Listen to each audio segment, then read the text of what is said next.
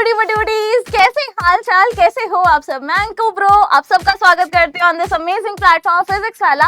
And हमारे आज के वन शॉट में जहां हम कंप्लीट करने वाले हैं ये chapter the invisible living world beyond our naked eyes. तो बेसिकली यहाँ पे बात हो रही है कि हमारी जो नेकेड आईज हैं उससे हमें छोटे छोटे लिविंग बींग्स जो हैं वो दिखते नहीं है। अब इंसान है, लिविंग बींग है, दिख रहा है। डॉग्स है, लिविंग बींग है, दिख रहे हैं। प्लांट्स लिविंग बींग्स हैं, दिख रहे हैं। लेकिन इनके अलावा भी कुछ छोटे छोटे से लिविंग बींग्स होते हैं जो हमें ऐसे, जैसे मैं दिख रही हूँ आप लोगों को नंगी आंखों से, बेटा वो नहीं दिखेंगे, है ना। और वो जो नहीं दिख रहे हैं वो है क्या, कौन है, क्या वो हमारे लिए खतरनाक है या फिर वो हमारे लिए बेनिफिशियल है। बहुत सारे सवाल अति में जो भरे हुए आपके दिमाग में हैं, इन सब का सॉल्यूशन आज मैं लेकर आई हूँ। करते हैं शुरू अपनी इस क्लास को, देखते हैं क्या क्या हम चीजें कवर करने वाले हैं। आइए सबसे पहले बात कर लेते हैं कि टॉपिक्स क्या क्या कवर होने वाले हैं। बेटा सेल क्या होता है, माइक्रो ऑर्गेनिजम्स क्या होते हैं, माइक्रोब्स जो होते हैं फूड इंडस्ट्री में कैसे हेल्प करते हैं, एंड माइक्रोब्स का एनवायरनमेंट में क्या रोल होता है। अब आपको इतनी सारी चीजें दिख रही हैं कि भैया अच्छा ये सब पढ़ लेंगे हम लोग। हाँ भाई, बहुत अच्छे से, बहुत सलीके से, फटाफट से पूरा कंप्लीट कर लेंगे। आइए पहले समझते हैं कि हम इसमें पढ़ने क्या क्या वाले हैं। अगर मैं सेल की बात करूं कि सेल के बारे में पढ़ेंगे तो सेल होता क्या है, ठीक है, क्या होता है सेल, सेल से क्या चीजें बनती हैं, लिविंग ऑर्गेनिज्म बनते हैं, नॉन लिविंग ऑर्गेनिज्म बनते हैं, ये भी पढ़ लेंगे। अब सेल को बेसिक यूनिट ऑफ लाइफ कहा जाता है। अब ये बेसिक यूनिट ऑफ लाइफ क्यों कहा जाता है इसके बारे में भी पढ़ेंगे, ठीक है, क्यों बोला जा रहा है वो भी पढ़ेंगे। Basic functional and fundamental unit of life भी बोलते हैं, अब ये भी क्यों बोला जा रहा है इसको भी पढ़ेंगे। स्ट्रक्चरल यूनिट ऑफ लाइफ बोलते हैं, ये भी क्यों बोला जा रहा है वो भी पढ़ेंगे, है ना। बहुत सारी चीजें सेल से रिलेटेड होती हैं, सब पढ़ेंगे। जैसे ऑर्गेनिज्म जो होते हैं दो टाइप के होते हैं। अब मेरे अंदर यहाँ पे अलग सेल्स है, स्किन के सेल्स अलग है, मेरे जो टमी है बेटा, जो मेरा स्टमक है उसके सेल्स अलग होंगे, है ना। यहाँ पे मेरी जो चीक है, चीक के सेल्स अलग होंगे। तो यहाँ पे मेरे हेयर है, नेल्स है, इनके सेल्स अलग होंगे। तो अब मेरी बॉडी में अलग अलग टाइप के सेल्स है, इसका मतलब क्या हुआ, मैं बहुत सारे सेल से बनी हूँ। बिल्कुल, तो हम होते हैं मल्टी सेलुलर ऑर्गेनिजम्स। तो ये यूनिसेलुलर, मल्टी सेलुलर ऑर्गेनिजम्स कौन से होते हैं, कैसे हम उन्हें क्लासिफाई करते हैं, एग्जाम्पल्स क्या है उनके, वो भी हम पढ़ेंगे। तो मल्टी एंड यूनिसेलुलर ऑर्गेनिजम्स के बारे में भी हम आज पढ़ने वाले हैं। एंड इतना ही नहीं, सबसे छोटा सेल जो दुनिया का है या सबसे बड़ा सेल, सिंगल सेल जो दुनिया का है, इसके बारे में भी पढ़ेंगे। तो सेल आपको जो लग रहा है ना कि ओ सेल के बारे में पढ़ेंगे, नहीं भैया, सेल के बारे में तो पढ़ेंगे। आप इतनी सारी चीजें सेल के बारे में पढ़ेंगे, बहुत सारी चीजें आज यहाँ पे कवर होंगी, बहुत सारे जो आपके डाउट्स है सेल को लेके वो क्लियर हो जाएंगे आज, ठीक है। माइक्रो ऑर्गेनिजम्स के बारे में पढ़ेंगे कि माइक्रो ऑर्गेनिजम्स कैसे होते हैं, कौन कौन से टाइप के होते हैं, कौन कौन से उनके हैबिटेट्स होते हैं, एंड देयर हैबिटेट्स भी लिख देते हैं। आइए ऐसे खाली खाली नहीं छोड़ेंगे। माइक्रो ऑर्गेनिजम्स और उनके हैबिटेट्स की, वो कहाँ रहते हैं, कहाँ पाए जाते हैं, इनके एग्जाम्पल्स क्या हैं, कैसे इनका क्लासिफिकेशन होता है, ये सारी चीजें पढ़ लेंगे, ठीक है। माइक्रोब्स फूड इंडस्ट्री में कैसे हेल्पफुल होते हैं, किस काम आते हैं फूड इंडस्ट्री में, क्या ये अगर फूड इंडस्ट्री में काम आ रहे हैं तो क्या ये हमारे लिए हार्मफुल है या हमारे लिए बेनिफिशियल है। भाई दोनों है, हार्मफुल भी है क्योंकि यहाँ पे ये फूड में बेटा जब माइक्रो ऑर्गेनिजम्स लग जाते हैं और वो उसको अटैक कर रहे होते हैं, ठीक है, जब वो फूड पे अटैक करते हैं, फूड पॉइजनिंग हो सकती है ऐसे फूड को कंज्यूम करके, है ना। तो फूड को हम कैसे इनसे प्रिजर्व करें, तो यहाँ पे तो ये हार्मफुल हो गए। लेकिन यहाँ पे भैया हमारे जो माइक्रो ऑर्गेनिजम्स होते हैं वो यूजफुल भी होते हैं, बेनिफिशियल भी होते हैं। अब वो बेनिफिशियल कैसे होते हैं उसको भी हम समझेंगे, कैसे वो हमारे डे टू डे लाइफ में काम आ रहे हैं, कर्ड फॉर्मेशन में काम आते हैं, फर्मेंटेशन में काम आते हैं, बहुत सारी चीज़ों में, है ना। वाइन, बियर, ये वाली जो इंडस्ट्री होती है ना, अल्कोहल इंडस्ट्री होती है, बेवरेजेस वाली इंडस्ट्री होती है, वहाँ पे भी काम आ रहे हैं, वहाँ पे कैसे काम आ रहे हैं, बेकरी में कैसे काम आ रहे हैं, सब फूड इंडस्ट्री से रिलेटेड है, ये भी हम पढ़ेंगे। एंड अब ये एनवायरमेंट में हमारे क्या रोल प्ले कर रहे हैं उसके बारे में भी हम पढ़ेंगे। तो होप आपको ये पूरा चैप्टर जो है अच्छे समझ में आ जाएगा। स्टार्ट करते हैं, आइए। तो सबसे पहली चीज इंट्रोड्यूस करवा देते हैं बेटा कि हमारे जो छोटे छोटे नन्हे मुन्ने माइक्रो ऑर्गेनिजम्स है कि जो हम बोल रहे हैं नेकेड आई से नहीं दिखेंगे, तो फिर कैसे दिखेंगे? अब आप बोलोगे कि अच्छा आपको कैसे पता चला कि ये एग्जिस्ट करते हैं? आप तो बोल रहे हो इंसान दिखता है, यहाँ पे प्लांट दिखते हैं, यहाँ पे भैया एनिमल दिख रहा है, लेकिन माइक्रो ऑर्गेनिज्म भी दिख रहा है, ये आप बोल रहे हो कि माइक्रो ऑर्गेनिज्म होते हैं, पर कैसे दिखेंगे? तो इसको देखने के लिए एक अलग से यहाँ पे चीज है जिसका नाम है, नहीं ये नहीं है, ये है बेटा, इसका नाम है माइक्रोस्कोप। माइक्रो जो वर्ड है बच्चे, जो वर्ड है माइक्रो, इसका मतलब होता है स्मॉल, ठीक है, या वेरी स्मॉल समझ लो। माइक्रो का मतलब है वेरी स्मॉल। अब ये जो वेरी स्मॉल जो चीजें होती हैं, लिविंग बीइंग्स होते हैं, उनको हम यहाँ पे देख रहे हैं किसके हेल्प से? माइक्रोस्कोप के हेल्प से दिख रहे हैं, ठीक है। चलो अब यहाँ पे तो आपको समझ में आ गया माइक्रोस्कोप क्या होता है। यहाँ पे अगर आपको पूछा जा सकता है बेटा, हर जगह पे, हर स्लाइड पे आपके लिए मैंने कुछ ना कुछ एक चीज जो है ऐड की है यहाँ पे, और वो है कि कितने मार्क का और किस टाइप का क्वेश्चन पूछा जाएगा आपको, ये मैंने पूरे इस पीपीटी में बताया है, ठीक है। एंड तक आपको किस टाइप के क्वेश्चंस एग्जाम में पूछे जाते हैं, है ना, कॉन्सेप्ट्स क्लियर हो जाएंगे, डायग्राम्स कौन कौन से एग्जाम्स में आते हैं, किस तरीके से पूछे जाते हैं ना, टाइप ऑफ क्वेश्चन, मार्क्स कितने हैं, ये सारी चीजें मैं आपको बता दूंगी। By the end of this class आपको सारी चीजें काफी क्लियर हो जाएंगी। तो ये बेटा आपके 1 मार्क का क्वेश्चन आ सकता है कि माइक्रोस्कोप क्या होता है। ये यहाँ पे मैंने हैशटैग लगा दिया है, अगर आपको चाहिए तो लो तारे भी बना देती हूँ मैं, ठीक है। ये वाला क्वेश्चन आपका आ सकता है। अब इसमें पूछा क्या जा रहा है बेटा, जो माइक्रोस्कोप है वो क्या करता है, माइक्रोस्कोप का डेफिनेशन पूछा जा सकता है, या फिर फिलअप्स में पूछा जा सकता है कि एक चीज होती है वो हेल्प करती है, ये सारी चीजें यहाँ पे लिखी होंगी। टाइनी थिंग्स जो होती है वो उसमें बहुत बड़ी दिखती है और वो डिटेल्स रिवील करती है जो हम नेकेड आई से नहीं देख सकते। ऐसी कौन सी चीज है, फिलअप्स में आपको पूछा जाएगा, ब्लैंक्स दे दिया जाएगा, या फिर आपको 4 ऑप्शन दिए जाएंगे, एमसीक्यू में पूछा जा सकता है, 1 मार्क का क्वेश्चन बन सकता है बेटा। Answer is microscope. यहाँ पे मैंने इसको मार्क कर दिया है कि इंपॉर्टेंट है। आगे बढ़ते हैं। ये हमारा टेंगू है, आपको थोड़ी बहुत नॉलेज बता देते हैं भैया। ये टेंगू है, पूरे टाइम ये क्लास में बैठा रहेगा, आपको पढ़ने में हेल्प करेगा, जो सवाल आपके दिमाग में होते हैं ये पूछेगा, ठीक है। आइए आगे बढ़ते हैं फटाफट से। दूसरी चीज, रॉबर्ट हुक। रॉबर्ट हुक कौन है? ये जो जनाब आपको दिख रहे हैं सामने, इनका नाम है रॉबर्ट हुक। अब रॉबर्ट हुक जो है, उन्होंने माइक्रोग्राफिया नाम की एक बुक जो है वो पब्लिश की थी। अब ये माइक्रोग्राफिया क्या है? माइक्रो मतलब कि बहुत छोटा सा, स्मॉल, वेरी स्मॉल, ग्राफिया यानी इसमें ड्रॉइंग्स थी। किस चीज की ड्रॉइंग्स थी बेटा? टाइनी लिविंग थिंग्स की ड्राइंग्स थी, जैसी वो आपको माइक्रोस्कोप में दिखती हैं। इन्होंने माइक्रोस्कोप यूज किया था जो चीजों को 2 to 300 टाइम्स, 200 टाइम्स से 300 टाइम्स बिगर दिखाता था। अब इन्होंने क्या किया, इन्होंने लिया एक कॉर्क, ठीक है। कॉर्क किसका लिया भैया? इन्होंने ओक ट्री लिया था एक। अब देखो कोई भी ड्राइंग पे नहीं जाएगा, समझे? जो भी मेरी ड्राइंग को जज करेगा उनको पाप पड़ेगा। चलो बोला मैम ये क्या बात हुई, पाप पड़ेगा? ये कौन सा बच्चे वाली बात है? हाँ बच्चे ही हो। चलो अब यहाँ पे एक ओक ट्री था, ठीक है। क्या है ये? ओक ट्री है। ओक ट्री का ये जो आउटर लेयर था, ठीक है, ये जो ओक ट्री का आउटर लेयर था, इन्होंने इसको लिया, ठीक है। ओक ट्री है, इसका आउटर लेयर जो है, ये जो बार्क होती है, ठीक है, बार्क के जो आउटर लेयर होती है, ये जो बार्क है ना, इसकी जो आउटर लेयर होती है ओक ट्री की, उसे हम कहते हैं कॉर्क।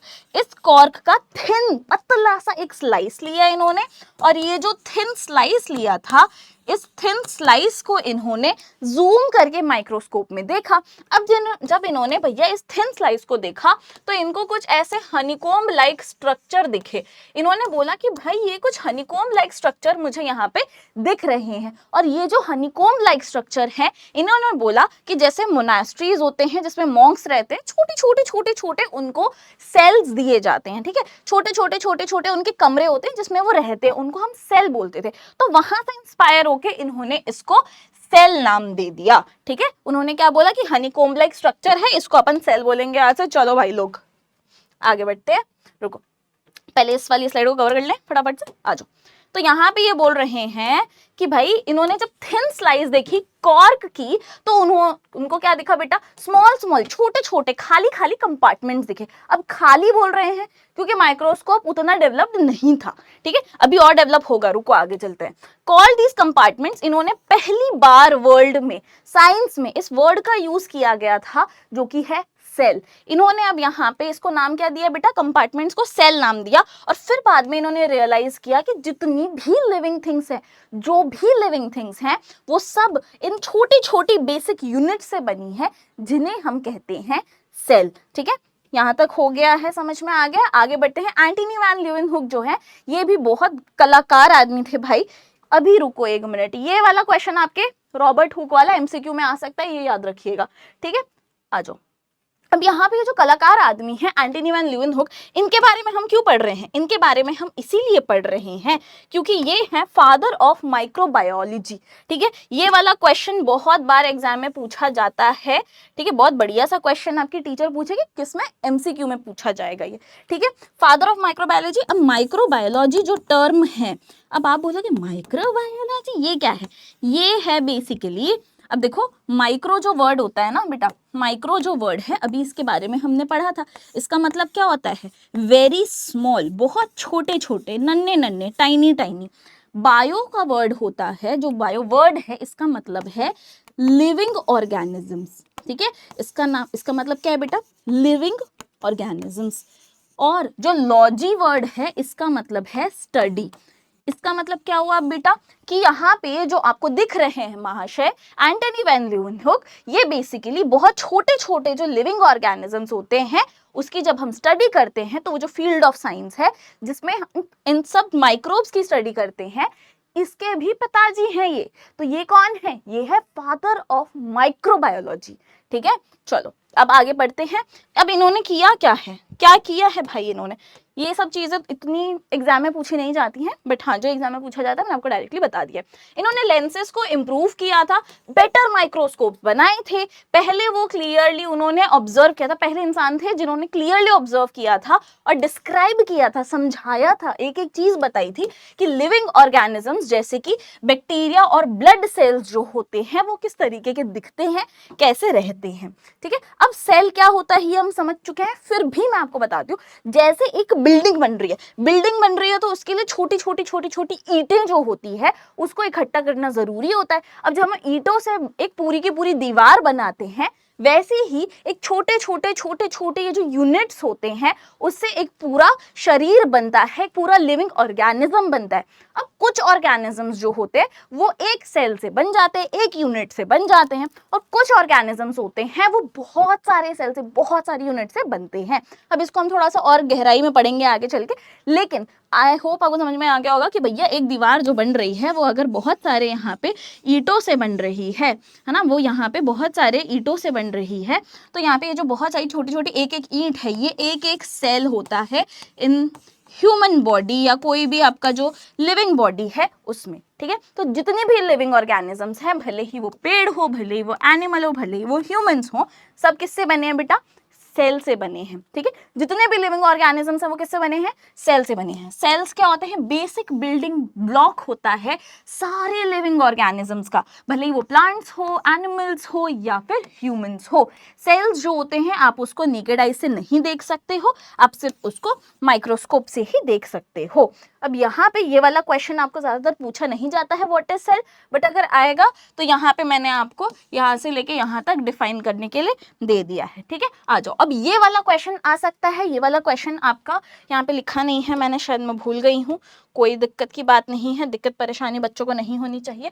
मैं आपको बता देती हूँ बेटा, ये आपका 2 मार्क का क्वेश्चन है। ठीक है, ये वाला क्वेश्चन कितने मार्क का है? ये आपके 2 मार्क का क्वेश्चन है। ये आएगा आपको तो ये सीधे आपको पूछा जाएगा, Why is the cell considered the basic unit of life? जो सेल होता है उसे बेसिक यूनिट ऑफ लाइफ क्यों बोल रहे हैं, ये पूछा जा सकता है। ठीक है, जितने भी आपके लाइफ प्रोसेसेस होते हैं, है ना, वो सब आपकी बॉडी के अंदर हो रहे हैं। अब ये जो लाइफ प्रोसेस आपकी बॉडी के अंदर हो रहे हैं, परफॉर्म कौन कर रहा है? एक एक सेल मिलके कुछ ना कुछ काम कर रहा है, फंक्शन कर रहा है, और फिर आपकी बॉडी में बहुत सारी चीजें हो रही हैं। तो यहाँ पे आपकी जो पूरी बॉडी है, आपका बॉडी का जो पूरा स्ट्रक्चर है, वो किससे बना है ना, वो एक छोटे से सेल से बना है। छोटे छोटे सेल्स बहुत सारे एक साथ आते हैं और उसके बाद आपकी बॉडी को बना रहे हैं, तो स्ट्रक्चरल यूनिट ऑफ लाइफ बोलते हैं, क्योंकि आपकी जो पूरे बॉडी का स्ट्रक्चर है या किसी भी लिविंग ऑर्गेनिज्म का जो बॉडी का स्ट्रक्चर है वो किससे बना है बच्चे, वो बना है एक सेल से, इसीलिए स्ट्रक्चरल यूनिट ऑफ लाइफ हो गया। फंक्शनल यूनिट ऑफ लाइफ क्यों बोल रहे हैं, क्योंकि एक इतने से सेल के अंदर, छोटे से सेल के अंदर जो आपको दिखता भी नहीं है, उसमें बहुत ही क्रूशियल, बहुत ही इंपॉर्टेंट लाइफ प्रोसेसेस चल रहे होते हैं। ठीक है, तो यहाँ पे सेल जो है उसको बेसिक यूनिट ऑफ लाइफ बोलते हैं, क्योंकि ये स्मॉलेस्ट स्ट्रक्चर है ना, सबसे छोटा सा स्ट्रक्चर है ये, जो कैरी आउट करता है सारे फंक्शंस जो भी हमारे सर्वाइवल के लिए है ना, हमारे जिंदा रहने के लिए जो भी प्रोसेसेस इंपॉर्टेंट होते हैं उसको कैरी आउट करता है। जितने भी लिविंग ऑर्गेनिजम्स है, भले ही प्लांट हो, एनिमल हो या माइक्रो ऑर्गेनिजम्स हो, सब सेल से बने होते हैं, इसीलिए सेल को बेसिक यूनिट ऑफ लाइफ बोला जाता है। ठीक है, आगे बढ़े, चलो। अब यहाँ पे बोल रहा है कि भाई एक ना हायरार्की रहती है, ठीक है, एक ना हायरार्की है। हायरार्की मतलब कि अब यहाँ पे मान लो आप किसी स्कूल में पढ़ रहे हो, है ना, तो आप कुछ भी कंप्लेन होती है किससे बोलते हो, डायरेक्टली प्रिंसिपल के पास चले जाते हो, नहीं ना, या डायरेक्टर के पास जाते हो, नहीं ना, आप जाते हो अपने टीचर्स के पास। टीचर्स जाते हैं अपने जो डिपार्टमेंट के हेडमास्टर होते हैं, है ना, या फिर हेड ऑफ द डिपार्टमेंट होते हैं या हेडमिस्ट्रेस होती है, उनके पास। वो जाते हैं वाइस प्रिंसिपल के पास, वाइस प्रिंसिपल जाते हैं प्रिंसिपल के पास। तो अब यहाँ पे एक हायरार्की फॉलो होती है, अब डायरेक्ट यहीं पे नहीं जा सकते हो। ऐसे ही हमारी बॉडी जो है इसमें ना एक हायरार्कियल ऑर्गेनाइजेशन है, यानी कि हमारी बॉडी छोटी छोटी चीजों से है बनी हुई। अब सबसे छोटी उसमें से जो चीज है वो है सेल। ठीक है, सेल को आप और ब्रेक नहीं कर सकते और आप उसमें से नहीं निकाल सकते कि ये चीज निकल गई तो एक वो पूरा यूनिट रह जाएगा, नहीं रहेगा। सेल एक इकलौता यूनिट है। ठीक है, चलो अब सेल से स्टार्ट करते हैं बच्चे। सेल जो है स्मॉलेस्ट यूनिट है, जो सारे बेसिक जो लाइफ प्रोसेसेस होते हैं वो परफॉर्म कर रहा है। बहुत सारे सेल जो होते हैं उसका एक ग्रुप जब बनता है तो वो बना देता है टिश्यू। सिमिलर सेल्स जब एक ही काम कर रहे होते हैं तो वो क्या बनाते हैं बच्चे, एक स्पेसिफिक फंक्शन कर रहे होते हैं, तो उसको हम बोलते हैं टिश्यू। अब यहाँ पे बता रहा है अलग अलग टिश्यूज जो होते हैं, है ना, कोई टिश्यू अलग काम कर रहा है, कोई टिश्यू अलग काम कर रहा है, ये सब अलग अलग टिश्यू जो होते हैं, जो भी काम कर रहे होते हैं वो बनाते हैं एक ऑर्गन। ठीक है, जब ये साथ में काम करते हैं तो ये क्या बनाते हैं बेटा, ऑर्गन। ऑर्गन के एग्जाम्पल क्या है, हार्ट हो गया, लंग्स हो गया, ब्रेन हो गया, किडनी हो गया, ये सब क्या है हमारे, स्टमक हो गया, ऑर्गन्स हैं ये सब। ठीक है, अब जब ये ऑर्गन्स एक साथ आते हैं तो ये बनाते हैं ऑर्गन सिस्टम। ठीक है, ये अलग अलग ऑर्गन साथ में आते हैं एक हमारी बॉडी में, जैसे रेस्पिरेटरी सिस्टम होता है, नर्वस सिस्टम होता है, तो यहाँ पे जो हमारी बॉडी के अलग अलग सिस्टम्स होते हैं ना, वहाँ पे पता है बहुत सारे जो ऑर्गन्स होते हैं वो साथ में मिलके काम कर रहे होते हैं एक स्पेसिफिक चीज को कैरी आउट करने के लिए। मान लो एक्सक्रीटरी सिस्टम है, वहां पे एक्सक्रीशन हो रहा है ना, सर्कुलेटरी सिस्टम होता है, स्केलेटल सिस्टम होता है, बहुत सारे सिस्टम होते हैं हमारी बॉडी के। तो वैसे ही बता रहा है कि जैसा डाइजेस्टिव सिस्टम होता है, इसमें एक ग्रुप ऑफ ऑर्गन्स जो होता है वो साथ में काम कर रहा होता है एक मेजर बॉडी फंक्शन को परफॉर्म करने के लिए।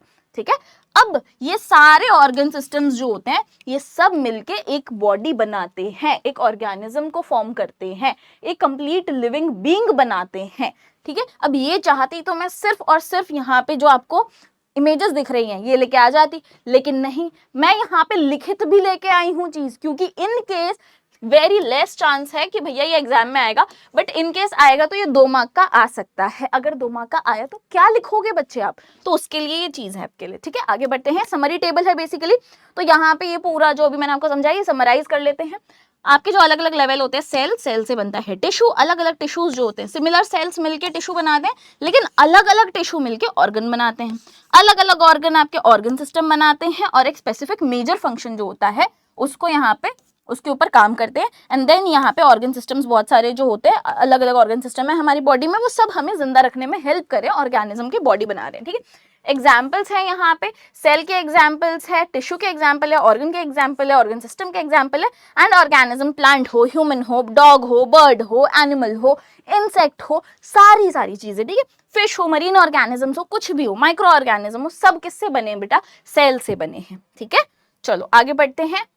जो मैंने बोला था कुछ ऑर्गेनिजम्स होते हैं वो आपके एक सेल से बने होते हैं, कुछ ऑर्गेनिज्म होते हैं बहुत सारे सेल से बने होते हैं। तो यहाँ पे जो भी सिंगल सेल से बना होता है ना, जो ऑर्गेनिज्म बच्चे आपके सिंगल सेल से बना है, यूनिसेलुलर बोलते हैं। यूनि का मतलब क्या होता है? यूनि का मतलब होता है सिंगल सेल्ड, ठीक है, क्या होता है? Single celled organism. यूनिसेलुलर कौन से होते हैं? जो सिंगल सेल वाले ऑर्गेनिजम्स होते हैं। जैसे कि यहाँ पे आपको अमीबा दिख रहा है ना, यहाँ पे आपको अमीबा दिख रहा है, पैरामीशियम है यहाँ पे।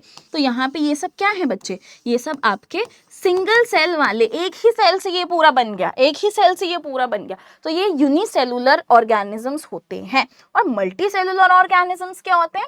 मल्टी सेलुलर ऑर्गेनिजम्स का मतलब है मल्टी, यानी कि मल्टीपल सेल्स होते हैं। इसका मतलब कि मोर देन टू और मोर देन टू सेल्स, ठीक है, टू और मोर देन टू सेल्स जब होते हैं तो वो आपका बना देते हैं मल्टी सेलुलर ऑर्गेनिज्म। अब इसका भी एग्जाम्पल देख लेते हैं। प्लांट है, टिंगू है ना। अब आप बोलोगे टिंगू ये तो एआई है, नहीं, मतलब एनिमल ले लो आप, ठीक है।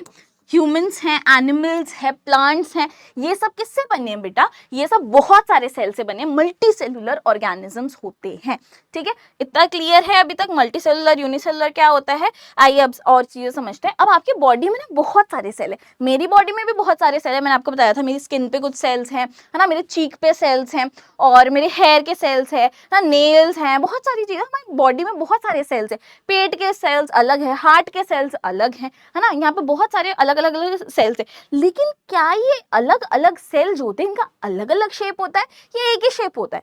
नहीं भाई, इनका अलग अलग शेप होता है।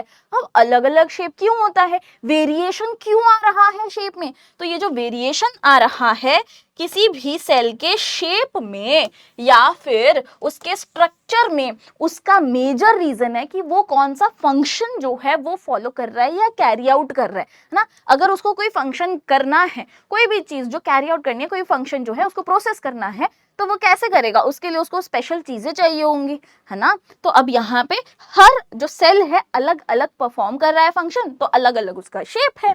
तो आइए समझते हैं। ह्यूमन में जो मसल सेल्स होती हैं, जो डाइजेस्टिव यहाँ पे ट्रैक्ट जो है उसमें है, ठीक है, तो वो क्या करती है? डाइजेस्टिव ट्रैक्ट में है तो उसका काम क्या है? फूड को आगे पहुंचाना। तो वो कॉन्ट्रैक्ट करती है, रिलैक्स करती है, फिर कॉन्ट्रैक्ट करती है, रिलैक्स करती है। स्टमक जो है उसमें मसल सेल्स होती है ताकि फूड को चर्न कर सके, अच्छे से फूड को डाइजेस्ट कर सके। और जो स्पेशलाइज्ड सेल होते हैं, डाइजेस्टिव जूसेस और एसिड्स जो हैं इसको प्रोड्यूस करने के लिए, इसको रिलीज करने के लिए, ताकि अच्छे से जो फूड है उसमें से हम जितना भी न्यूट्रिशन है, जितने भी उसमें अच्छे अच्छे न्यूट्रिएंट्स है उसको अब्सॉर्ब कर सके बॉडी, उसके लिए पहले उसका ब्रेक डाउन करना पड़ता है। ये सब कौन करेगा भाई? डाइजेस्टिव जूसेस एंड एसिड्स जो होते हैं ये रिलीज होने चाहिए उसके लिए। तो इनका भैया ये अलग लोग कर रहे हैं, अलग लोग मतलब कि अलग स्पेशलाइज्ड सेल्स है वो कर रहे हैं, ऐसे कोई इंसान आके नहीं कर रहा है वहां पे, ठीक है। चलो, अब ये जो यूनिक शेप है या यूनिक साइज है वो हेल्प करता है इनको हर एक स्पेसिफिक फंक्शन को परफॉर्म करने के लिए, ठीक है। आ जाओ, अब जैसे कि मसल सेल है, मसल सेल जो है इसका काम क्या है? कॉन्ट्रैक्ट और रिलैक्स करना, है ना। कॉन्ट्रैक्ट करना है, फिर रिलैक्स करना है, फिर कॉन्ट्रैक्ट करना है, फिर रिलैक्स करना है, फिर कॉन्ट्रैक्ट करना है, फिर रिलैक्स करना है। इसीलिए क्या होते हैं? स्पिंडल शेप के होते हैं। नर्व सेल या न्यूरॉन जो होते हैं इसको क्या करना होता है? इसको मैसेज जो है जल्दी से पहुंचाना होता है। अब सोचो कि मुझे यहाँ से वहां तक मैसेज पहुंचाना है, ठीक है, मैं यहाँ हूँ, मुझे यहाँ तक मैसेज पहुंचाना है। तो अगर मेरे पास एक लॉन्ग ब्रांच्ड सेल हुई तो मैं फटाफट से बोलूंगी अरे सुन सुन सुन सुन सुन, है ना। लेकिन अगर मेरे पास ये हाथ होता ही नहीं मान लो, तो अब मुझे क्या करना पड़ता? मेरे को टाइम लगता, मैं यहाँ तक पहुंचती, फिर मैं उसको मैसेज देती, सुन भाई वो काम था थोड़ा, है ना। तो अब मेरे को क्या हो रहा है भैया? अब यहाँ पे अगर मेरे को कोई भी मैसेज पास करना है तो जितना लॉन्ग या जितना ब्रांच यहाँ पे आपका सेल होगा, है ना, लॉन्ग सेल बहुत सारे ब्रांचेस के साथ होता है ताकि फटाक से आपका मैसेज जो है वो कैरी कर सके, ठीक है। तो ये नर्व सेल होता है। अब अपने काम के हिसाब से उसका स्ट्रक्चर है, समझ रहे हो आप, ठीक है, फंक्शन के हिसाब से उसका स्ट्रक्चर है। ये है आपके चीक के सेल्स। ये जो चीक है ना, ऐसा नहीं कि यहाँ से काट लिया किसी को, ये जो अंदर वाला साइड है ना, मैं उंगली डालते हुए अच्छी नहीं लगूंगी, बट हाँ यहाँ पे जो अंदर वाला साइड होता है ना, यहाँ पे हल्का सा स्क्रैप करके और फिर आप इसको देखोगे अच्छे से स्टेन वगैरह करके, जब आप इसको माइक्रोस्कोप में देखोगे तो ये आपको इस तरीके से आपके चीक के जो सेल्स है वो दिखेंगे, ठीक है। इसका शेप क्या होता है? थिन होते हैं, चपटे होते हैं, फ्लैट पॉलीगन शेप के होते हैं, ठीक है, ऐसे पॉलीगन शेप के, ऐसे करके, ठीक है। ऐसे कोई ऐसे स्क्वायर या फिर ऐसे कैसे भी हो सकते हैं, पता है, कोई भी शेप हो सकता है सेल्स का। चलो, ऐसा नहीं है कि मैडम ने बोला है गोल होता है तो गोल ही होता है, ऐसा नहीं होता, ठीक है। चलो, फंक्शन क्या है, फॉर्म करता है protective lining inside the mouth, ठीक है। क्या कर रहा है, ये प्रोटेक्टिव लाइनिंग यहाँ पे माउथ के अंदर जो है वो प्रोवाइड कर रहा है ना। प्लांट सेल का काम क्या है बेटा, प्लांट में जो सेल्स होते हैं वो ऐसे रेक्टेंगुलर और इलोंगेटेड लंबे होते हैं। ऐसा क्यों होता है, ये ओवल भी हो सकते हैं, ट्यूब लाइक भी होते हैं। क्यों होते हैं ऐसे, ट्यूब वाला जो स्ट्रक्चर है वो उसको हेल्प करता है ट्रांसपोर्टेशन के लिए। क्या ट्रांसपोर्ट कर रहे हैं, वाटर, मिनरल, फूड्स, इन सबको ये क्या कर रहे हैं बेटा, ट्रांसपोर्ट कर रहे हैं, ठीक है। आ जाओ, अब इवन प्लांट जो है उसके भी हम अनियन सेल्स अगर देखेंगे बेटा तो ये रेक्टेंगुलर होते हैं, एलोंगेटेड होते हैं, ओवल भी होते हैं और ट्यूब शेप में भी होते हैं, ठीक है। तो अब यहाँ पे अलग अलग इस टाइप के आपको सेल्स दिखेंगे जो जब आप ऐसे अनियन का पील निकाल के और उसको स्टेन करके अच्छे से माइक्रोस्कोप में देखोगे तो, ठीक है। इसने भी देख लिया और ये हमारा टिंगू खुश हो चुका है।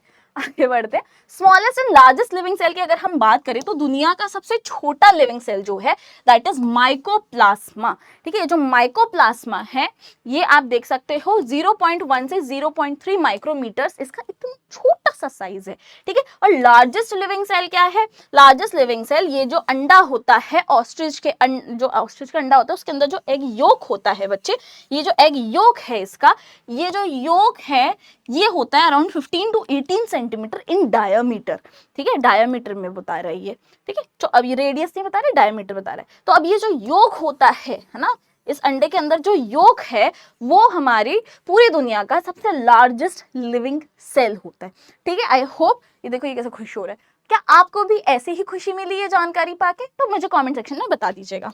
आइए आगे बढ़ते हैं, अब मेन पार्ट्स जो हैं या स्ट्रक्चर जो होते हैं सेल के उसकी बात करते हैं। अब यहाँ पे आपको बहुत सारी चीजें दिख रही होंगी बट आप सोच रहे हो यार मार्किंग का है, इसकी लेबलिंग का है, आओ करते हैं इसको लेबल, ठीक है। बहुत सारे पार्ट्स होते हैं सेल के और हर जो पार्ट होता है उसका खुद का एक स्पेशल फंक्शन होता है। जो मेजर पार्ट्स हैं सेल के वो होते हैं cell membrane, cell wall, cytoplasm, nucleus, chloroplast, vacuole and mitochondria. अब ये सब जो होते हैं इनका काम क्या होता है, ये मेन पार्ट्स हैं, मेजर पार्ट्स है, ठीक है।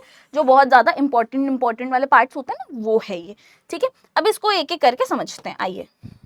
अब ये बोल रहा है cell membrane, cell membrane plant का सेल हो, एनिमल का सेल हो, ह्यूमन का सेल हो, सब में यहाँ पे आपको सेल मेम्ब्रेन देखने के लिए मिलता है, ठीक है। सेल मेम्ब्रेन सब में रहेगा। अब जब सेल मेम्ब्रेन सब में है इसका काम क्या है, ये होता है सेमी परमिएबल इन नेचर, ठीक है।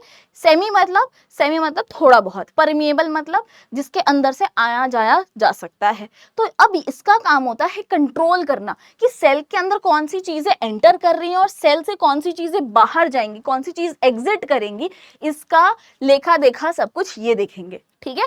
कि मतलब कौन आ रहा है कौन जा रहा है इनकी परमिशन के बिना नहीं होगा, समझे। तो यहाँ पे सेल मेम्ब्रेन क्या है, सेल मेम्ब्रेन एक लेयर है जो यहाँ पे डिसाइड कर रही है किसी भी चीज की एंट्री या एग्जिट सेल के अंदर होगा या नहीं होगा, ठीक है। सेल वॉल सिर्फ और सिर्फ प्लांट सेल के अंदर मिलती है, ठीक है। सेल वॉल कहाँ मिलेगी बेटा आपको, सेल वॉल आपको प्लांट सेल के अंदर मिलेगी। ये रिजिडिटी प्रोवाइड कर रही है प्लांट को। अब जब बहुत तेज हवाएं चल रही हैं, तूफान आ रहा है, बारिश आ रही है ना, बहुत एकदम हार्श कंडीशंस है, आप तो भग के यहाँ पे शेल्टर ले लेते हो, है ना, कहीं पे जाके छुप जाओगे। आपके लिए तो सीमेंटेड यहाँ पे चीजें बनी हुई हैं, बिल्डिंग्स बनी हुई हैं, आप वहां पे जाके अपने आप को प्रोटेक्ट कर सकते हो। ये कहाँ भागेंगे भैया, प्लांट्स तो नहीं भाग सकते। इसीलिए नेचर में ही इन्होंने अपने आप को इस तरीके से बना दिया है कि सेल वॉल जो है, ठीक है, ये प्लांट को टर्जिडिटी प्रोवाइड करता है, सपोर्ट प्रोवाइड करता है, रिजिडिटी प्रोवाइड करता है ना, ये सारी चीजें करे। कैसे भाई, यहाँ पे जो प्लांट का सेल है अगर उसमें किसी दिन वाटर ज्यादा हो गया तो उसका जो सेल है वो फटे नहीं, ठीक है।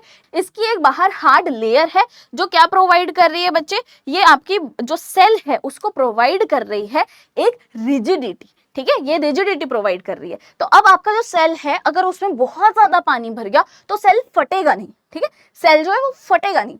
अब यहाँ पे यही चीज जो है ये आपका सेल वॉल क्या कर रहा है, प्रोटेक्शन भी प्रोवाइड कर रहा है प्लांट को। तो ऐसी बहुत सारी चीजें ये सिर्फ प्लांट के अंदर कर रहा है प्रोवाइड, एनिमल सेल में सेल वॉल नहीं होता, दिमाग में रखिएगा ये बात। साइटोप्लाज्म की अगर हम बात करें बच्चे तो साइटोप्लाज्म जो होता है, ठीक है, साइटोप्लाज्म क्या है, साइटोप्लाज्म इज बेसिकली यहाँ पे आपको जो जेली लाइक स्ट्रक्चर दिख रहा है ना, जो जेली लाइक सब्सटेंस है जो एक सेल के अंदर होता है उसे हम कहते हैं साइटोप्लाज्म। जैसे यहाँ पे आपको जो दिख रहा है ना, ये बाहर बाहर है आपका सेल मेम्ब्रेन या प्लाज्मा मेम्ब्रेन, जो आप बोलो CMPM, ठीक है। अब यहाँ पे ये जो आपका ऐसे जेली लाइक ऐसे यहाँ पे लिक्विड टाइप ऐसा सब्सटेंस दिख रहा है, ये है आपका साइटोप्लाज्म। अब साइटोप्लाज्म जो होता है इसमें और भी पार्ट्स होते हैं, छोटे छोटे पार्ट्स होते हैं सेल के जो प्रेजेंट होते हैं, इन्हें हम बोलते हैं सेल ऑर्गेनेलीज, ठीक है। जो छोटे पार्ट है ना, इनको हम सेल ऑर्गेनेलीज बोलते हैं। ये सेल ऑर्गेनेलीज और यहाँ पे ये जो यहाँ पे आपका लिक्विड सब्सटेंस है या फिर जेली पार्ट है, जो भी है, ये वाला सब्सटेंस जो होता है, इसको इस पूरे एरिया को, इस पूरे पार्ट को हम बोलते हैं साइटोप्लाज्म, ठीक है।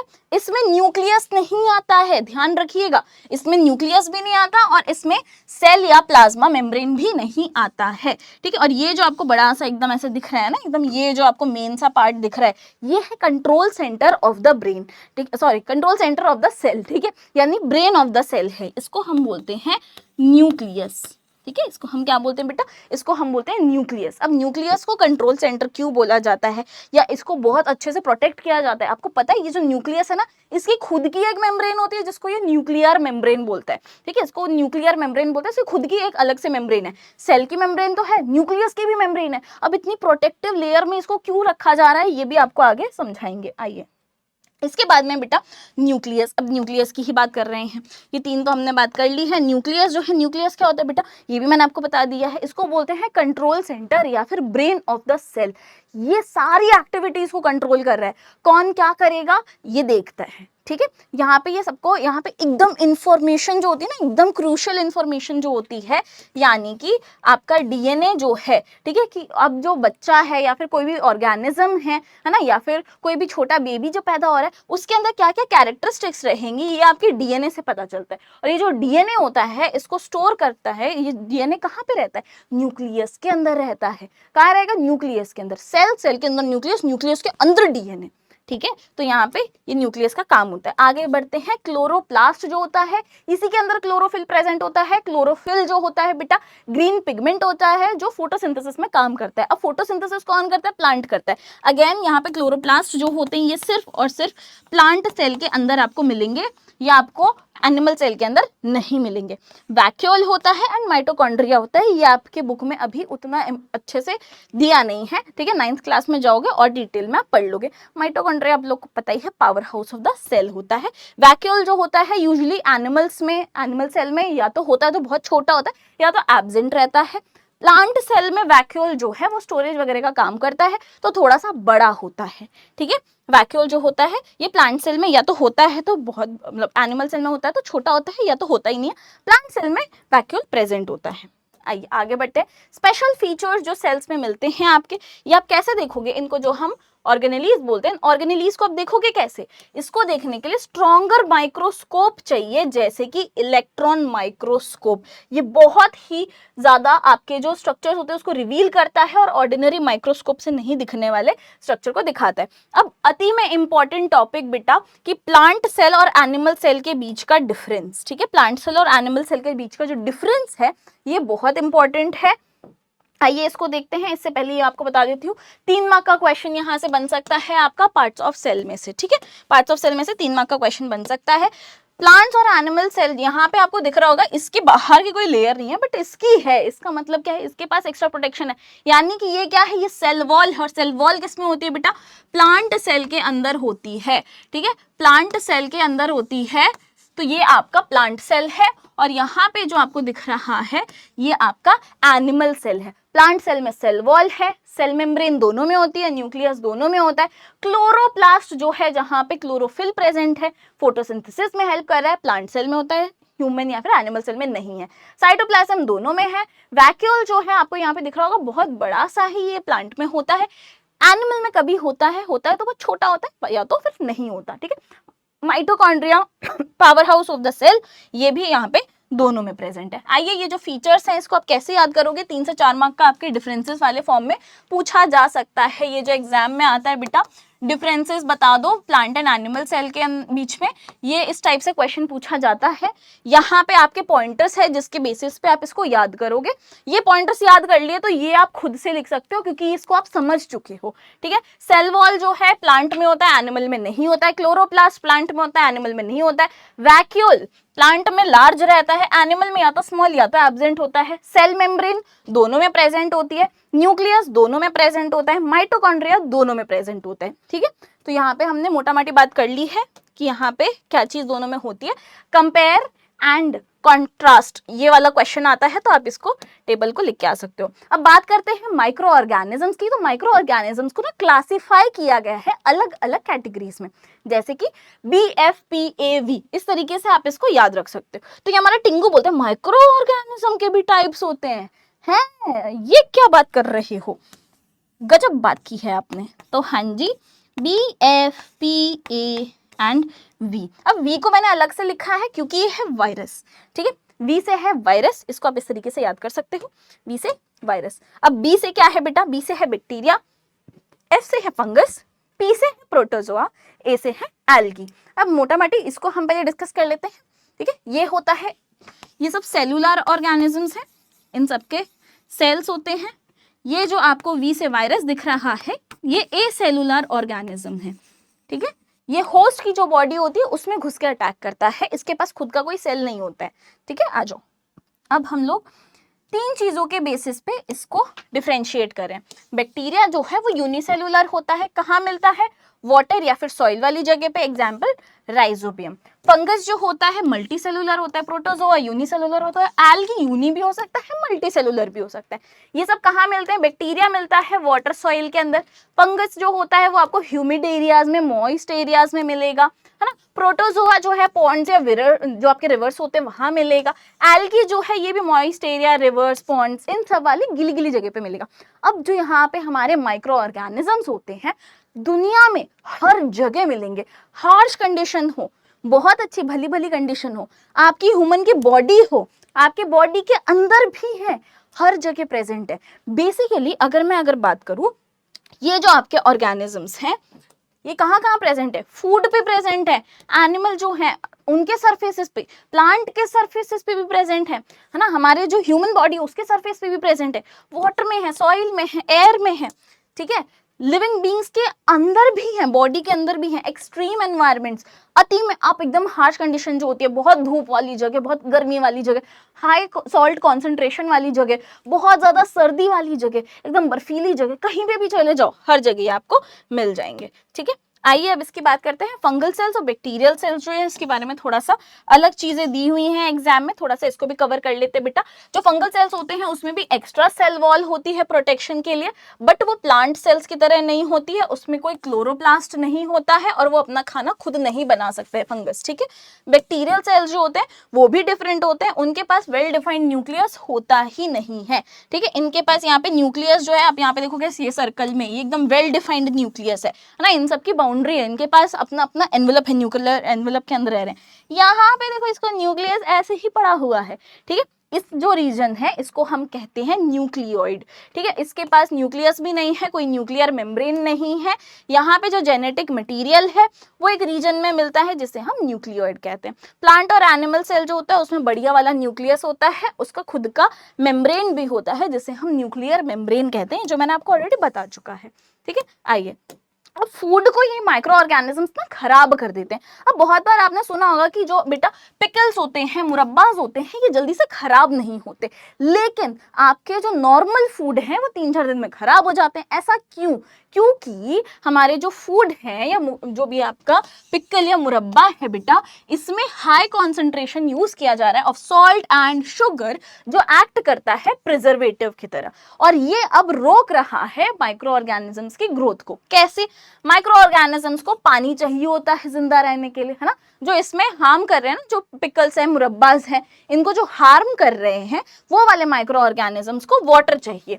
ठीक है, अब हाई शुगर या हाई सॉल्ट कॉन्सेंट्रेशन की वजह से वाटर जो होता है वो निकल जाता है, ज्यादा रहता नहीं है मॉइस्चर। ठीक है, माइक्रोबियल सेल्स जो होते हैं, माइक्रोब जो है, माइक्रो ऑर्गेनिजम्स जो है, उसके जो सेल्स हैं उसके पास में पानी की कमी की वजह से क्या होता है, सूख जाते हैं वो। ठीक है, श्रिंक हो जाते हैं, सूख जाते हैं और फिर वो मर जाते हैं।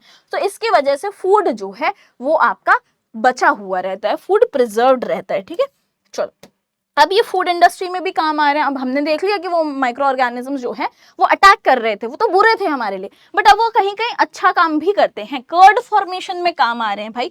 यहाँ पे जो लैक्टोबैसिलस यहाँ पे दूध के अंदर प्रेजेंट होता है ना, जो दही के अंदर प्रेजेंट होता है, लैक्टोबैसिलस नाम का यहाँ पे जो आपका माइक्रो ऑर्गेनिज्म है वो प्रेजेंट है, ठीक है। लैक्टोबैसिलस का काम क्या होता है, जो लैक्टोज शुगर है ना, जो लैक्टोज शुगर है इसको ब्रेक डाउन करके लैक्टिक एसिड प्रोड्यूस कर रहा है, जिससे मिल्क जो है वो कर्डलिंग हो जाती है उसकी, ठीक है। वो क्या होता है, दूध जो है वो दही बन जाता है, ठीक है। तो लैक्टोज जो है वो लैक्टिक एसिड बना रहा है, ठीक है। लैक्टोज को ब्रेक करके लैक्टिक एसिड बन रहा है। कौन कर रहा है ये काम बेटा, ये लैक्टोबैसिलस नाम का एक बैक्टीरिया है रॉड शेप्ड, वो कर रहा है, ठीक है। चलो, तो ये तो हमारा, चलो दूध दही सब खाने पीने की चीजें हैं, काम ही आ रहा है, ठीक है। जेलीज जो होती हैं वो बनाने में काम आता है, वाइन एंड बियर इंडस्ट्री में काम आता है, डो बनाने में काम आता है, बेकरी आइटम्स में काम आ रहा है, चीज बनाने में काम आ रहा है। अब एक और इसका काम होता है बेटा फर्मेंटेशन का, ठीक है। ये क्या करते हैं, शुगर्स का ब्रेक डाउन करते हैं, ठीक है। फर्मेंटेशन में क्या होता है, जो शुगर है उसका क्या हो रहा है बेटा, ब्रेक डाउन हो रहा है। जैसे यहाँ पे लैक्टोज जो थी, ये यहाँ इसका ब्रेक डाउन हो रहा था, यहाँ पे इसका जो नॉर्मल शुगर्स होती हैं उनका ब्रेक डाउन होता है, और उसके बाद में यहाँ पे फर्मेंटेशन हो रहा है, गैस जो यहाँ पे वो रिलीज होती है, जो है स्पेसिफिकली CO2। इसीलिए आपको चीज में ऐसे छेद दिखते हैं, ठीक है। इसीलिए आपका जो आटा है, डो है बेटा, ये फ्लफी फ्लफी रहता है, ठीक है। यहाँ पे आपके जो बेकरी आइटम्स होते हैं ये फूलते हैं, ये सब किसकी वजह से हो रहा है, फर्मेंटेशन की वजह से हो रहा है, ठीक है। अब यहाँ पे माइक्रो एल्गी की बात कर रहे हैं। माइक्रो मतलब हमने बात कर ही लिए बहुत छोटे छोटे, एल्गी, एल्गी यानी छोटे छोटे ऐसे फोटोसिंथेटिक ऑर्गेनिजम्स जो पानी के अंदर रह रहे हैं, और बाकी जो एक्वेटिक एनिमल्स होते हैं वो इनके ऊपर खाना पीना अपना सब कुछ करते हैं, ठीक है। जो बाकी एक्वेटिक एनिमल्स है ना, वो इनको यूज करते हैं as a source of food अपने लिए। तो ये जो छोटे छोटे माइक्रो एल्गी हैं, these are very beneficial to us. और आपको पता है अर्थ पे जितना ऑक्सीजन है उसका आधे से ज्यादा ऑक्सीजन ये प्रोवाइड कर रहे हैं फोटोसिंथेसिस करके, ठीक है। तो ये बहुत ही एकदम ऐसी बात है कि भैया मजेदार बात लगी मुझे, तो मैंने आपको बता दी, ठीक है। कुछ जो होते हैं जैसे स्पाइरुलिना हो गया, क्लोरेला हो गया, डायटम्स हो गया, इनको यूज किया जाता है डाइटरी सप्लीमेंट की तरह एंड मेडिसिन की तरह, ह्यूमंस जो है वो यूज कर रहे हैं। और माइक्रो एल्गी जो है इसको बचाना बहुत इंपॉर्टेंट है, क्योंकि ये हमारी ऑक्सीजन सप्लाई को भी भैया देख रहा है, फूड की सिक्योरिटी भी देख रहा है ना। यहाँ पे हम बोल रहे हैं ना कि बेटा ये सप्लीमेंट्स की तरह यूज हो रहा है, मेडिसिन की तरह यूज हो रहा है, तो भैया ये फूड सिक्योरिटी में आ गया। ऑक्सीजन भी सप्लाई करता है ये अर्थ का आधे से ज्यादा, तो भैया ये तो ऑक्सीजन सप्लायर भी हो गया हमारा। और जो एक्वेटिक इकोसिस्टम है उसकी हेल्थ भी बना के रखता है, क्योंकि दीज आर यूज एज, या फिर जो बाकी माइक्रो ऑर्गेनिजम्स होते हैं ना, ये सब जो छोटी छोटी माइक्रो एल्गी है, छोटी छोटी माइक्रो एल्गी है, इन सबको खाया जा रहा है बाय अदर मरीन ऑर्गेनिजम्स, ठीक है। जो बाकी मरीन ऑर्गेनिजम्स है, जो एक्वेटिक इकोसिस्टम है, वो इन पर डिपेंडेंट है, as a source of food इसको लिया जा रहा है। अब यहाँ पे बात करें स्पेसिफिकली स्पाइरुलिना की, बेटा अब ये वाला जो टॉपिक है ना, ये आपका 1 मार्क का पूछा जा सकता है आपको एग्जाम में, ठीक है। थोड़ा सा इंपॉर्टेंट टॉपिक है, यहाँ पे मैंने आपको बता दिया है, 2 मार्क का भी आ सकता है। स्पाइरुलिना अलग से आएगा तो 1 मार्क का आएगा, है ना, और ये आपको 2 मार्क का भी पूछा जा सकता है। अब यहाँ पे स्पाइरुलिना जो है उसे सुपर फूड बोलते हैं। सुपर फूड क्यों बोलते हैं, ये because this is rich in protein, over 60% उसमें प्रोटीन मिलता है, एंड विटामिन B12 भी मिलता है, एंड ये फैट भी इसमें कम रहता है, शुगर भी इसमें कम रहती है। तो ये आपके एक बहुत अच्छा सुपर फूड है, ठीक है। सुपर फूड क्यों बोलते हैं, इस तरीके से क्वेश्चन आ सकता है स्पाइरुलिना के लिए। अब यहाँ पे अगली अगर हम बात करें कि रोल ऑफ माइक्रोब्स क्या है एनवायरनमेंट में, तो बेटा हमारे जो माइक्रोब्स होते हैं वो हमें बहुत सारी चीजें प्रोवाइड कर रहे हैं, ठीक है, बहुत सारी चीजों में हेल्प कर रहे हैं। जैसे मैन्योर फॉर्मेशन में हेल्प कर रहे हैं, डिकम्पोजर्स बन के हेल्प कर रहे हैं, सोर्स ऑफ बायोगैस भी हैं, नाइट्रोजन फिक्सेशन में हमें हेल्प कर रहे हैं, बायो फर्टिलाइजर में हमें काम आ रहे हैं। अब ये कैसे कैसे क्या क्या काम करता है इसको थोड़ा सा हम और अच्छे से डिटेल में समझ लेते हैं। आइए, मैन्योर फॉर्मेशन में कैसे काम कर रहे हैं बेटा, जो गिरे हुए पत्ते होते हैं या हमारे जो फ्रूट पील्स होते हैं उसको हम लोग कंपोस्ट में डाल देते हैं, जिसकी वजह से सॉइल जो है वो एनरिच हो जाता है, ठीक है, एंड हमारे प्लांट की ग्रोथ काफी हेल्दी होती है। डिकम्पोजर्स की तरह काम करें, कैसे हेल्प कर रहे हैं बेटा, ये ब्रेक डाउन करते हैं dead plant and animal matter को, जिसकी वजह से वेस्ट अक्यूमुलेशन नहीं हो रहा है हमारे एनवायरनमेंट के अंदर, ठीक है। बायोगैस में सोर्स की तरह काम कर रहे हैं। क्या करते हैं बेटा, प्लांट और एनिमल वेस्ट जो है उसको ब्रेक डाउन करते हैं, उसका डिकम्पोज करके कुछ गैसेस रिलीज करते हैं। मेनली जो ये गैस रिलीज कर रहे हैं वो है मीथेन एंड कार्बन डाइऑक्साइड। अब ये जो मीथेन है ये एक रिन्यूएबल फ्यूल है, इसको कुकिंग के लिए व्हीकल्स में अलग अलग जगह पे यूज किया जाता है मीथेन को, ठीक है, ये एक फ्यूल की तरह यूज किया जाता है। नाइट्रोजन फिक्सेशन में हेल्प करते हैं। प्लांट्स के रूट के नोड्यूल्स जो होते हैं, यूजुअली जो लेग्यूमिनस प्लांट्स होते हैं, ठीक है, जो लेग्यूमिनस प्लांट्स हैं जैसे कि पीज हो गए, बीन्स हो गया, है ना, जो पॉड वाले आपके जो भी पौधे होते हैं उनका हम लेग्यूमिनस प्लांट बोलते हैं। इसके जो रूट नोड्यूल्स होते हैं वहां पे ये प्रेजेंट होते हैं, इसका नाम है राइजोबियम, ठीक है। जो राइजोबियम बैक्टीरिया है वो रहता है, और ये जो राइजोबियम बैक्टीरिया है बहुत बढ़िया काम कर रहा है बेटा, नाइट्रोजन ले रहा है, प्लांट को फिक्स करके दे रहा है कि ले भाई, इसके बदले यहाँ पे आपका जो प्लांट है वो एहसान फरामोश नहीं है भैया, वो भी इसको बोलता है कि हम तुमको न्यूट्रिशन देंगे, है ना, खाने पीने की चीजें देंगे, रहने के लिए जगह देंगे, शेल्टर प्रोवाइड कर रहे हैं, इसके बदले तुम हमको नाइट्रोजन जो है वो फिक्स करके दे दो। तो बहुत अच्छे से ये दोनों क्या कर रहे हैं बेटा, यहाँ पे सिम्बायोटिक रिलेशनशिप में, एक म्यूचुअल रिलेशनशिप में रह रहे हैं आपका rhizobium bacteria with the plants, leguminous plants, ठीक है। अब बायो फर्टिलाइजर्स क्या होते हैं? फर्टिलाइजर्स आपको पता ही है, हमने पहले भी पढ़ा है। फर्टिलाइजर्स जो होते हैं वो न्यूट्रिशन, जो भी न्यूट्रिएंट्स प्लांट को चाहिए होते हैं या जो भी चीजें उसको चाहिए होती है डायरेक्ट प्रोवाइड करते हैं जो अब्जॉर्बेबल फॉर्म में हो। लेकिन यहाँ पे बायो वर्ड यूज कर लिया। बायो का मतलब अभी मैंने आपको बताया था लिविंग ऑर्गेनिजम्स, यानी कि बायो फर्टिलाइजर क्या होते हैं? वो फर्टिलाइजर जिसमें लिविंग ऑर्गेनिज्म का यूज हो रहा है, यानी कि माइक्रोबियल बेस्ड सब्सटेंसेस होते हैं जो सॉइल की फर्टिलिटी भी बढ़ा रहे हैं और प्लांट की ग्रोथ को बूस्ट कर रहे हैं, बहुत अच्छा कर दे रहे हैं, ठीक है। चलो अब यही चीज यहाँ पे आपको मैंने एक अच्छे से फॉर्म में दे दी है, इसमें मैंने क्योंकि गुदागादी कर दी थी इसीलिए, ठीक है। ये पॉइंटर्स हैं आपके, इसको गो थ्रू कर लीजिएगा। जाते जाते एक क्वेश्चन देके जाऊंगी बेटा होमवर्क के लिए, कमेंट करके मेरे को आंसर बता देना क्या है। डॉक्टर आनंद मोहन चक्रवर्ती जो है इन्होंने एक स्पेशल बैक्टीरियम डेवलप किया है, उसका काम क्या है बेटा? प्रोड्यूस करना इलेक्ट्रिसिटी, या फिर ब्रेक डाउन करना ऑयल स्पिल्स को, या फिर मेडिसिन बनाना, या फिर क्रॉप जो ग्रोथ है उसको इंक्रीज करना। अब यहाँ पे हमारा टिंगू तो सोच रहा है, और मेरे क्यूटी पटूटीज आप लोग मुझे कमेंट करके बता दीजिएगा कि इसका आंसर क्या है। This is also related to this chapter only, ये कहीं अलग से लाके नहीं दिया है, और ये बहुत बढ़िया क्वेश्चन है, एग्जाम में आ सकता है। अब बाकी यहाँ पे भी हमने बात की थी जिस चीज की, ये बेटा आपका 3 से 4 मार्क का क्वेश्चन है, ये भी एग्जाम में आ सकता है, ठीक है। 3 से 4 मार्क का क्वेश्चन है, क्या काम होता है यहाँ पे भी मैंने आपको बताना नहीं था। 2 से 3 मार्क का क्वेश्चन है, ये भी आ सकता है। सारे क्वेश्चन कितने मार्क्स के आ सकते हैं हर स्लाइड पे आपको दिया गया है। अब आपको लगेगा खत्म क्लास, नहीं रुको, एक चीज और है आपके लिए। ये है आपके लिए बेटा 1 पेजर, जिसमें आपको पूरे जो कॉन्सेप्ट्स हैं आप एक बार गो थ्रू कर सकते हो क्लास के। मैं साइड हट जाती हूँ, आपको चाहिए तो आप इसका स्क्रीनशॉट भी ले सकते हो। सेल क्या होता है? बेसिक यूनिट ऑफ लाइफ है, उसके क्या क्या पॉइंटर्स हमने पढ़े हैं। ऑर्गेनाइजेशन जो होता है आपका सेल का, है ना, जो लेवल्स ऑफ ऑर्गेनाइजेशन है वो भी दिया हुआ है। माइक्रो ऑर्गेनिजम्स कहाँ कहाँ मिलते हैं, कैसे कैसे होते हैं, वो सब बताया गया है। एंड बेनिफिशियल माइक्रो ऑर्गेनिज्म कहाँ कहाँ कैसे कैसे काम कर रहे हैं वो भी बताया जा रहा है, ठीक है। तो बेसिकली यहाँ पे आपको एक पेज में पूरा चैप्टर समराइज करके मिल गया है। अच्छे से पढ़ाई कीजिए, दिल से एकदम अच्छे अच्छे मार्क्स लेके आना। Thank you everyone. अब जितने बच्चे भाई हमसे अब तक पढ़ते आ रहे हैं उन्हें पता ही है कि अंकिता मैम लास्ट में क्या करती हैं, दिल से थैंक यू, दिल से दिल बनाएंगे, ठीक है। अपना ख्याल रखो, स्टे ब्लेस्ड, स्टे क्यूरियस, अच्छे से पढ़ाई करो, be kind to everyone, stay happy. मिलते हैं अपनी अगली क्लास में। Tell and take care of yourself. I love you all, bye bye.